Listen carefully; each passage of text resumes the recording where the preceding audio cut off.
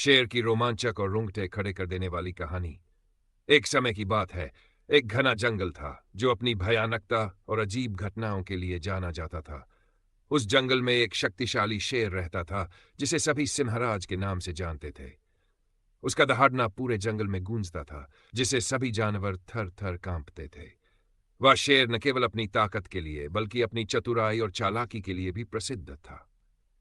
जंगल में एक रहस्य उस जंगल में एक रहस्यमयी स्थान था जिसे मृत्यु का क्षेत्र कहा जाता था।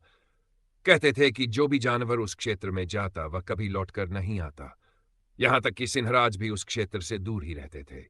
लेकिन एक दिन जंगल में कुछ अजीब घटित हुआ। सिंहराज ने महसूस किया कि उसके क्षेत्र में आने वाले जानवर अचानक कम हो गए हैं। उसने सोचा कि शायद जानवर दूसरे क्षेत्र में चले गए हैं, लेकिन असल में ऐसा कुछ और ही था। भटकते हुए शेर का सामना।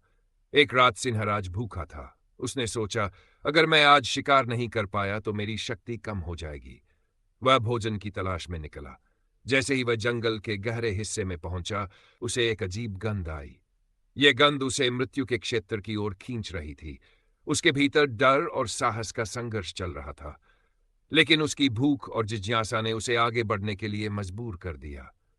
जैसे ही वह उस क्षेत्र में पहुंचा, उसने देखा कि वहां हर ओर सन्नाटा पसरा हुआ है।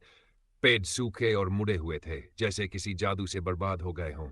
अचानक उसे दूर से किसी जानवर की कराहने की आवाज सुनाई दी। वह आवाज दर्द और भय से भरी हुई थी। शेर ने तुरंत अपनी गति तेज की और उस आवाज की ओर बढ़ा।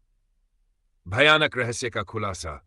जब शेर आवाज के स्रोत के पास पहुंचा तो उसने देखा कि एक बड़ा गड्ढा है। उस गड्ढे के चारों ओर मानव खोपड़ियां और हड्डियां बिखरी पड़ी थी। गड्ढे के अंदर एक तेंदुआ फंसा हुआ था जो बाहर निकलने की कोशिश कर रहा था। तेंदुआ शेर को देखकर चिल्लाया, सिंहराज मुझे बचाओ। ये जगह श्रापित है।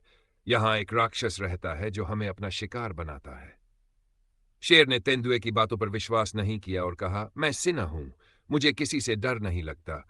मैं इस राक्षस को हराकर तुम्हें बचाऊंगा। राक्षस का प्रकट होना। जैसे ही शेर ने गड्ढे के पास कदम रखा, एक जोरदार गर्जना सुनाई दी। गड्ढे से काले धुएं का गुबार निकला और उसमें से एक भयानक राक्षस प्रकट हुआ। वह राक्षस असामान्य रूप से बड़ा था। उसकी लाल आंखें अंगारे की तरह जल रही थी और उसके नुकीले दांत डरावने थे। उसने शेर को देखकर हंसते हुए कहा, तुम्हारी हिम्मत कैसे हुई मेरे क्षेत्र में आने की?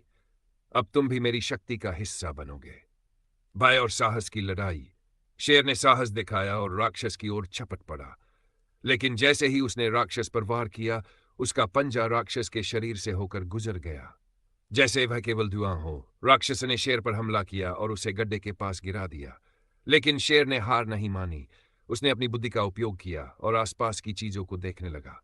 तभी उसकी नजर गड्ढे के पास रखे एक चमचमाते त्रिशूल पर पड़ी। शेर ने अपनी पूरी ताकत लगाकर उस त्रिशूल को उठाया और राक्षस पर वार किया। त्रिशूल सीधे राक्षस के दिल में जाकर लगा। राक्षस दर्द से चिल्लाया और उसी पल धुएं में बदल कर गायब हो गया। जंगल का अन्य अध्याय। राक्षस के मरते ही जंगल के सभी जानवर वहां इकट्ठा हो गए।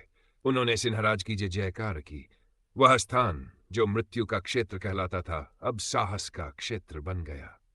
शेर ने अपनी बुद्धि और साहस से यह साबित कर दिया कि सबसे बड़े डर का सामना करने के लिए केवल ताकत नहीं, बल्कि चतुराई और आत्मविश्वास की भी आवश्यकता होती है। इस घटना के बाद सिंहराज पूरे जंगल का नायक बन गया और सभी जानवर उसके नेतृत्व में खुशी खुशी रहने लगे। कहानी की सीख। यह कहानी हमें सिखाती है कि जीवन में आने वाले बड़े से बड़े डर और समस्याओं का सामना साहस, धैर्य और बुद्धिमत्ता से करना चाहिए। जब तक हम हार नहीं मानते, तब तक कोई भी बाधा हमें रोक नहीं सकती।